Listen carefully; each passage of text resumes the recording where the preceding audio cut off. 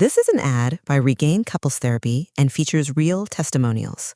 This was our first time trying therapy, and honestly, it was long overdue. Looking back, we just wish we had started sooner.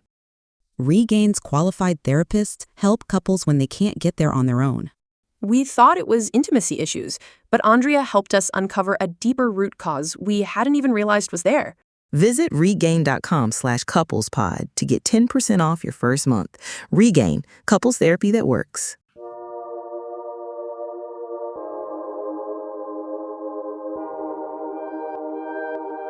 Debbie Wildrick has over 30 years of leadership and experience in sales, marketing, operations, and channel strategy within the consumer packaged goods industry. A recognized expert in brand building and distribution, she specializes in helping entrepreneurs scale through strategic growth. Debbie spent 6 years as Chief Strategy Officer and co-founder of Metabrand and now leads her own consulting firm.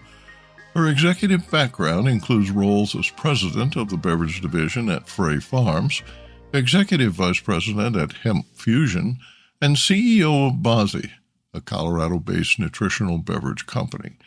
She began her career in marketing after earning a degree from the University of Texas at Dallas and previously served as Senior Director of Vault and Proprietary Beverages at 7-Eleven. Thanks so much for joining us on our program, Debbie. I follow your work and appreciate that you're taking the time to help tea farmers learn the basics. Hi, Dan. Consumer interest in tea increased during the COVID-19 pandemic, a period when producers were temporarily unable to harvest or process tea and faced a sharp decline in food service demand. As a result, several tea companies adopted a direct-to-consumer approach. One of the most successful is Lakshmi Tea Estates, a $200 million India-based producer founded in 1912. Lakshmi produces more than 30 million kilos annually from 21 holdings in Africa, Assam, Tripura, and West Bengal. CEO Rudra Chatterjee first explored digital direct sales within India in 2021 before launching a U.S. product line that now generates approximately $3 million a year selling tea globally on Amazon Marketplace. Looking at Lakshmi's website together, can you explain why consumers find a direct appeal so attractive? We've begun to talk about this a lot over the years. Today's consumer and what they really are looking for and what I always said, what drives them to buy, right? It's not just about the consumption the first time around, but it's buying again and again and consuming again and again. You know, we're very much a society that responds to the emotional element of a product. We have to find that link in our marketing and branding that is that emotional link. And, you know, he's doing it with certainly the pictures and the description of the slopes that he's buying it on. The biodynamic estate produces a rare cosmic tea, you know, using words that are important to that consumer that's looking for that emotional link. And then the other thing is the experiential link.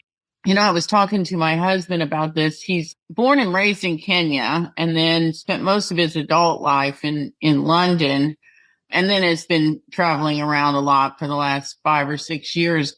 You know, he's very, very particular about his tea, but he's also very much a coffee snob too. So we only use the French press. And where I'm getting at is that whether it's an experience, it's an event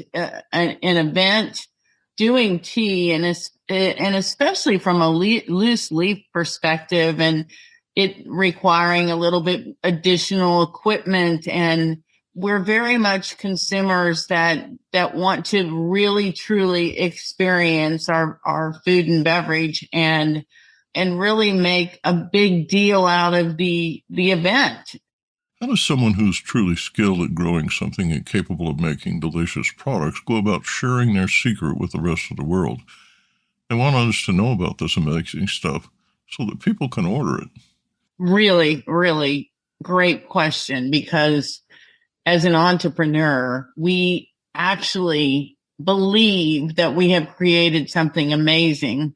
A lot of times as an entrepreneur, the reason that we create something is because we believe that it is not available out there, but that there is definitely a consumer need because I want it so much and I believe in it so much that I believe that everyone else will. And so it's very, very difficult to communicate that passion, that drive that leads us to really create and make this magnificent product. And on top of that, we only really have the real estate of the bottle.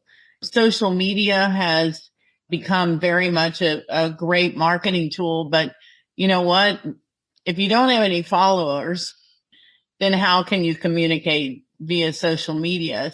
It really starts with understanding that you really do have a product that the consumer wants, and then messaging in a way that communicates not only your passion, but the emotional aspect of that product and what you really feel like when you consume it. And that's all really got to be done by word of mouth and building on that and building your followers. And certainly sampling has become over the years a huge way to get your product in front of consumers, but it's very difficult and very costly at the same time. So it's a slow build and a combination of using the right wording, including the passion and the emotional aspects of why you built the product and what it means to consume it, and